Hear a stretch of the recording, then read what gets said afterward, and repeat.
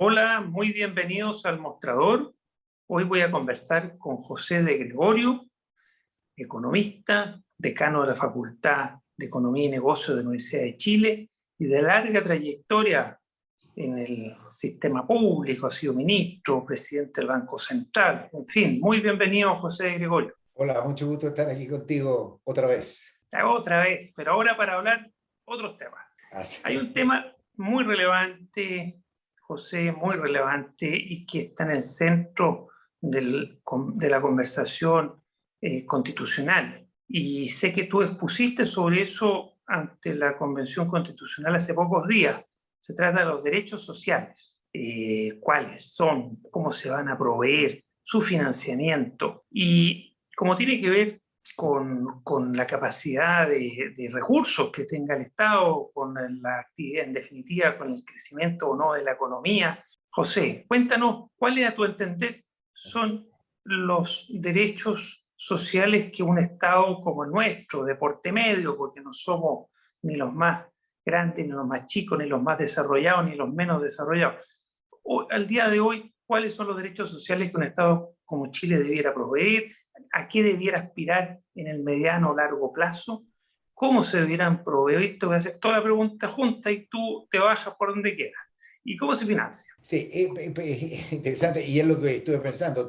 Debo reconocer en primer lugar que me pareció muy bien. A mí me contaron, me dijeron, oye, si quieres hablar en la Convención Constitucional con algún punto que quieras hacer, inscríbete en las comisiones. Entonces fui, vi las comisiones, me inscribí para poder hablar y me citaron, así como a los días que me inscribí, a hablar a los derechos fundamentales.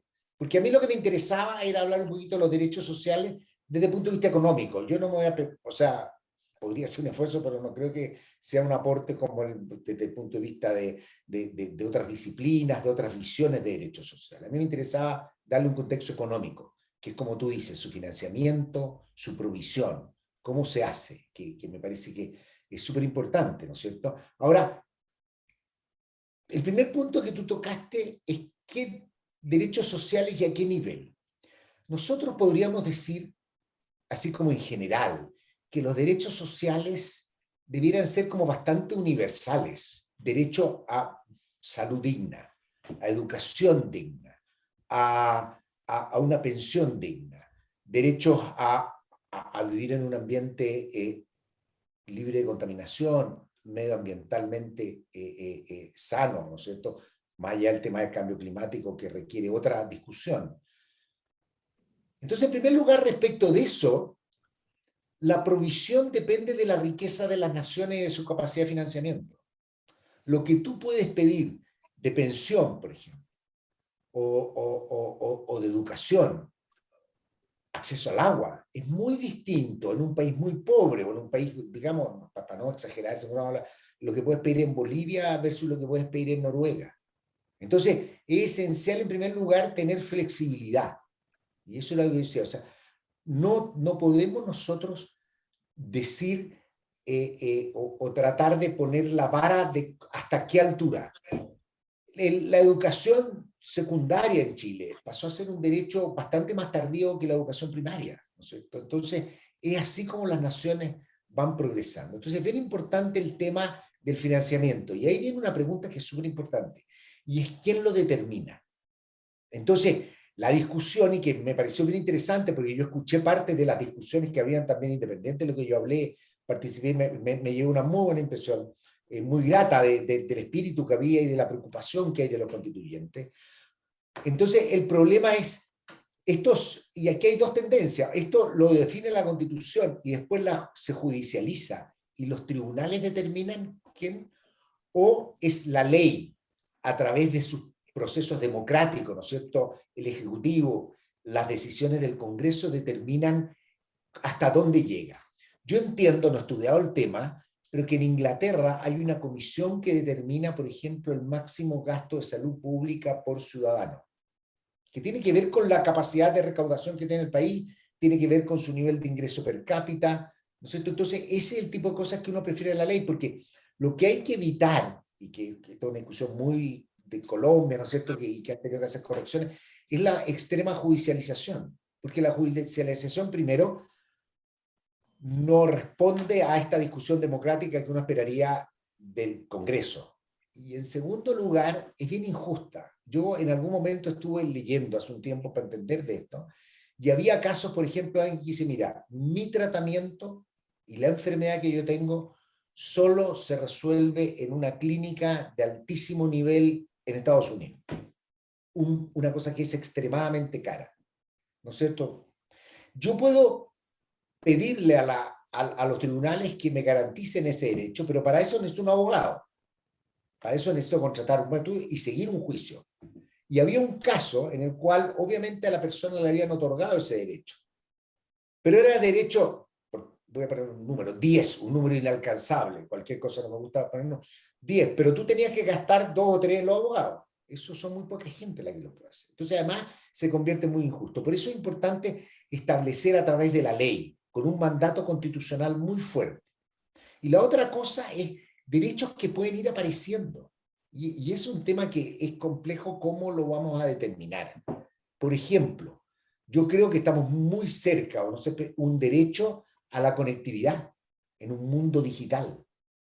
En un mundo digital, obviamente, la conectividad pasa a ser algo muy importante para la vida de las personas, ¿ah? Porque el que no tiene contacto digital tiene mucho menos acceso a la bancarización, tiene mucho menos acceso a las compras, tiene menos acceso a la oferta.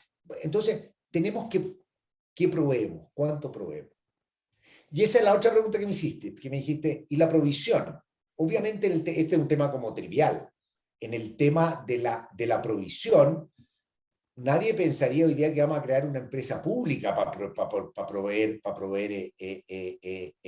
conectividad. Hay mecanismos en los cuales uno tiene la infraestructura, invierte en privado, y lo importante es que el Estado se haga cargo de que haya una provisión eficiente, ¿no es cierto?, barata y lo más amplia posible. Y eso es lo que hay que tratar de procurar. El problema que hemos tenido en Chile, yo creo que hay una tensión que deberíamos discutir y conversar, y un tema bien importante, es que la provisión privada en Chile tiene que tener reglas de lo público, o sea, acceso, no discriminación, no un mercado cualquiera. Entonces, por ejemplo, no se puede discriminar en la administración a establecimientos educacionales, ¿no es cierto? Como existía y como debería no existir, ¿no es cierto? Porque es un bien público que lo tienen que tener acceso a todo. Lo mismo pasa con la salud. A ti pueden no aceptarte en salud privada y quedarte sin posibilidad de tener un ensape. Y eso, obviamente, no estaría respetando esta idea de que los derechos sociales tienen que ser provistos desde una perspectiva pública. Puede proveerlo perfectamente el sector privado, en muchos sectores lo puede hacer mejor, puede ser con participación pública también, incluso va a ir dependiendo. Yo en esto no me gusta mucho la ideología, creo que hay que ser bastante pragmático para tener algo eficiente para la población. He hablado mucho, he dejado No, no, perfecto, porque te hice toda la pregunta, oye, todas las preguntas juntas, y te dejé ordenarte en tu esquema. Sí. Oye, el tema de los derechos sociales, bueno, tiene distintas definiciones. A mí me gusta una que usa el profesor Atria, en el sentido de que son aquellos derechos que permiten a cualquier ciudadano ejercer de verdad su libertad, entendiendo que la libertad es parte fundamental de un sistema democrático, ¿no? Un régimen amplio de libertades. Pero nadie puede ejercer su libertad si no tiene una casa digna, si no tiene una salud digna, por decir algo, ¿no? Nadie puede ejercer su libertad y sus perspectivas de desarrollo personal si no tiene educación de calidad, ¿no? En fin, poniendo en la base la libertad. Pero hay otras bases que se pueda financiar, y que eso no signifique que el Estado se empobrezca, sino que vaya financiando lo que pueda financiar, porque si no va a haber un minuto en que va a haber un decrecimiento, un empeoramiento. ¿Cómo se logra esa ecuación, ese círculo, oye, la cuadratura del círculo, de ir entregando cada vez más y mejores provisionando, es decir, entregando, habían dicho, derechos sociales, quizás incluyendo nuevos, de acuerdo al progreso del mundo, ¿no? Tú mencionaste la conectividad, pero pudiera haber otros, ¿no? Y cada vez mejor provistos. Si es que la actividad económica no genera más riqueza, el Estado no puede tener más recaudación, y por lo mismo se entra en un círculo vicioso y no virtuoso. ¿Cómo se cuadra el círculo, José? Es bien interesante lo que tú me dices, porque primero respecto a la definición de los derechos sociales, que me parece muy interesante, ejercer la libertad y la ciudadanía, y ejercer la participación del sistema. O sea, porque nosotros queremos en el fondo crear una sociedad en la que todos estemos integrados y que no haya como sectores excluidos. Y eso me recordó mientras hablaba, así que te voy a decir una frase de Sir Anthony Atkinson, que es como uno de los mayores precursores de los temas de distribución de ingresos en economía, y Piketty son seguidores. Muchas de las cosas que han salido vienen de un economista muy destacado, ¿cierto? Que hizo mucho aporte en esta área.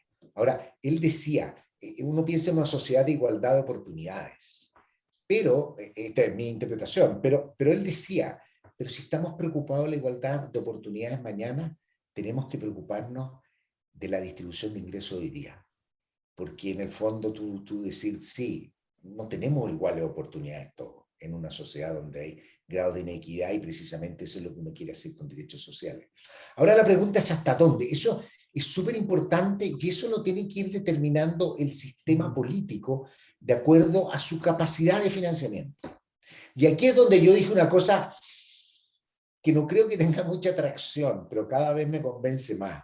Y cuando la gente dice además parezcámonos así, ejemplo a los alemanes, yo creo que habría que poner algunas restricciones fiscales en la Constitución. No son restricciones sobre que simplemente decir, mira, los programas tienen que ser bien evaluados, su implicancia sobre la sostenibilidad fiscal, sobre el aumento de la deuda, los gobiernos deberían tener algunos planes fiscales, aumentar su marco fiscal dentro de ciertas reglas, poder explicitarlo, porque eso es lo que nos debería dar a nosotros y al sistema político alguna restricción. Tienen que elegir, esa no es decisión de los técnicos. Dicen, vamos a querer dar más en salud versus educación, versus defensa. Esas son cosas que van decidiendo los políticos. No son decisiones que las va a tomar, ni las vamos a dejar como tabla de la ley en la Constitución, ni tampoco se va a determinar con inteligencia artificial. La política es la que decide estas decisiones que, como los economistas llamamos, estos trade-offs. Van a tener que ir decidiendo. La Constitución alemana es bastante rígida en materia de financiamiento. O sea, ellos tienen provisiones de que hay presupuesto balanceado, si se balancea, cuántos años tienen provisiones, ¿no es cierto? Incluso con números. ¿Ah? Yo creo que debemos tratar de poner algo así, porque el gran problema que yo veo, y que veo un poquito en la contienda política actual, que hay muchas promesas, pero que no están financiadas. Entonces yo te podría decir, pongamos dos para no... Yo te podría decir, mira, yo voy a bajar los impuestos y esto me va a provocar tal crecimiento que se va a financiar solo, como la cosa del supply side, ¿no es cierto? Que no ha funcionado en el mundo, pero uno tenía derecho a decirlo. Entonces dice, yo voy a bajar los impuestos y vamos a tener un boom tan grande que vamos a recuperar todo lo que perdimos en financiamiento y vamos a ser felices. Ojalá, dice. Otro puede decir, yo tengo un plan tributario que me va a permitir recaudar X puntos del producto, ¿no es cierto? Y con eso yo tengo financiado todos estos programas sociales. Pero mi financiamiento no va a caer instantáneo, se va a demorar. ¿Y qué pasa si yo digo, mi propuesta son 10 puntos y resulto recaudando 5? ¿Qué pasa con ese hoyo permanente que nos quedamos? ¿No es cierto? Que al final, los países tienen que gastar lo que tienen. Este hoyo de 5% en algún momento se tiene que pagar. Y mientras más tarde uno hace los ajustes, tenemos crisis fiscales y toda la historia, ¿no es cierto?, que uno podría contar bastante lamentables que han ocurrido en nuestra región. Entonces a mí, por eso te quise poner todos ejemplos. O sea, creo que uno tiene que actuar con compromiso, pero también respetarlo. Porque es muy fácil para mí decir, mira, mi programa fiscal vamos a crecer y con eso voy a recaudar y con eso voy a hacer todo esto. Y después hago todo esto, pero no lo recaudo. Entonces, ¿cómo de alguna otra manera nosotros le ponemos límite? Porque después ocurre que llega el próximo gobierno y tiene la obligación de, en vez de poder hacer sus programas sociales, y su idea, lo primero que tiene que hacer es un ajuste fiscal. Esto ha pasado mucho en la historia en Estados Unidos con gobiernos republicanos, y hay bastante evidencia que gobiernos más bien de carácter más conservador o de derecha bajan impuestos y después llegan los más progresistas supuestamente que van a gastar más, pero tienen que hacer los ajustes tributarios para poder hacer, y nos llevamos en esto, que puede ser un fenómeno que ocurre con bastante más benigno en países ricos, avanzados, desarrollados, que ya proveen derechos sociales a niveles muchísimo más altos que lo que podemos hacer nosotros. Nosotros estamos en niveles bastante más débiles y más frágiles. Entonces, esa es como la preocupación. Y por eso a mí me interesó hablar, porque esto tiene un tema, una dimensión fiscal, financiera muy importante, que en el día a día tiene que resolverlo la política y la democracia. La Constitución tiene que darle las grandes líneas y las grandes obligaciones, ¿no es cierto? Y por eso a mí poner ciertas obligaciones de carácter fiscal me parecería una cosa razonable, positiva para el país, bastante ejemplar. Decir, mira, vamos a gastar lo que tenemos y vamos a tener que buscar cómo nos obligamos y hacemos esfuerzo a tener más. Y ahí vienen distintas discusiones y distintas orientaciones que no la podemos establecer en la Constitución. Hay quienes dicen, mira, yo liberando todo esto, abriendo, vamos a ganar muchísimo, vamos a poder hacerlo. Y es la única manera. Otros dirán, no, yo necesito mucho más intervencionismo del Estado. Esas son cosas que vamos a tener que ir decidiendo. Y para eso está la democracia. Suena muy razonable. El punto también está en que se pueden proveer derechos sociales mejores que los que se están hasta ahora entregando, no necesariamente gastando más. Es decir, si hay más, se puede gastar más. Y quizás, por supuesto, se puede hacer mejor. Pero quizás también poniendo el foco en que con lo que hoy día se está gastando, pero se pueden proveer con mayor equidad, con mayor justicia de derechos sociales. Es decir, está muchas veces mal hecho el gasto y la desigualdad y la forma en que el Estado reguló la provisión de ciertos derechos, establece gastando X, se podría gastar la misma X, pero proveyendo mejor y con más justicia. Por ejemplo, en salud, el Estado gasta harta plata en salud, pero las desigualdades en salud son brutales, ¿o no? Totalmente de acuerdo. Además, mientras tú hablabas de eso, lo primero que yo pensaba era en salud, donde uno requiere probablemente mucha reingeniería, ¿no es cierto? Donde uno podría eficientar mucho más y hacerlo mucho más equitativo, y está en esta idea, ¿no es cierto?, que uno puede entrar tengamos todo un programa de salud, ¿no es cierto?, y participemos todo en un sistema de salud básico, pero que sea bueno, al cual después podemos tomar un seguro, pero primero nosotros tenemos que preocuparnos en cómo mejoramos el sistema de salud. A mí me preocupa muchas veces, lo primero es decir, efectivamente, cómo mejoramos, en particular la atención de la gente que espera más, que tiene más dificultades para poder ser atendida, la gente de menor ingreso, mejorar el sistema de salud, y mejorarlo y hacerlo con bastante fuerza. Porque como tú dices muy bien, es una manera eficiente de proveer más. Y así liberamos recursos, o no tenemos que meter más recursos para poder gastar en otras cosas que necesariamente requieren más recursos, que hay que gastar plata. Una pensión digna. Eso no podemos hacerlo eficientando algo. Entonces tenemos que tomar plata, de alguna manera, ponerlo en la máquina, ¿no es cierto?, y proveer pensiones. Y pensiones dignas. Ahora, ahí tenemos un problema. En Chile hay 30% menos de fondos para las pensiones. Y eso significa que la capacidad que tenemos hoy día de tener mejores pensiones está debilitada en un 30%.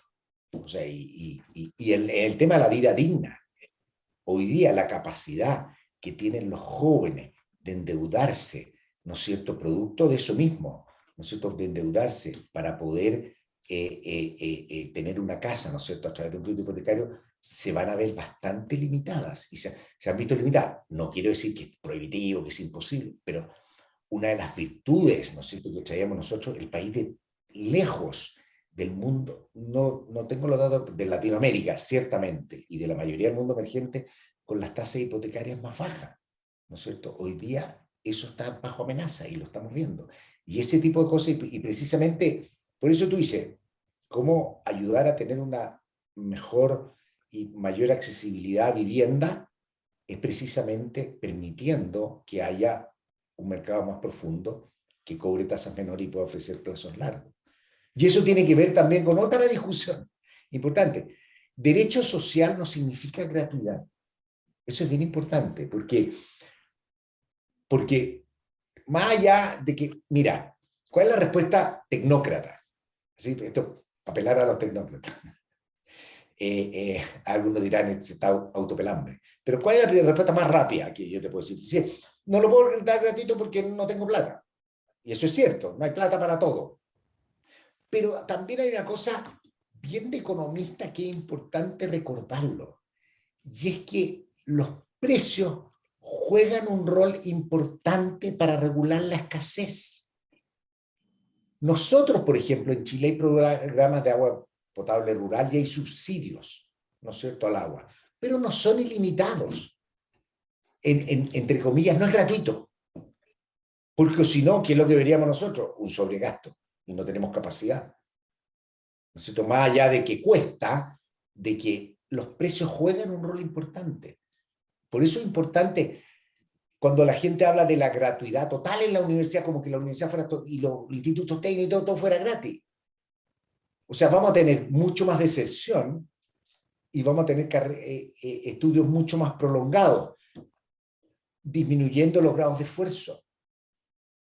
Ahora, esto no significa, y tampoco quiero, o sea, quienes no tienen acceso, hay que darle toda la facilidad. Nadie puede no estudiar en la universidad,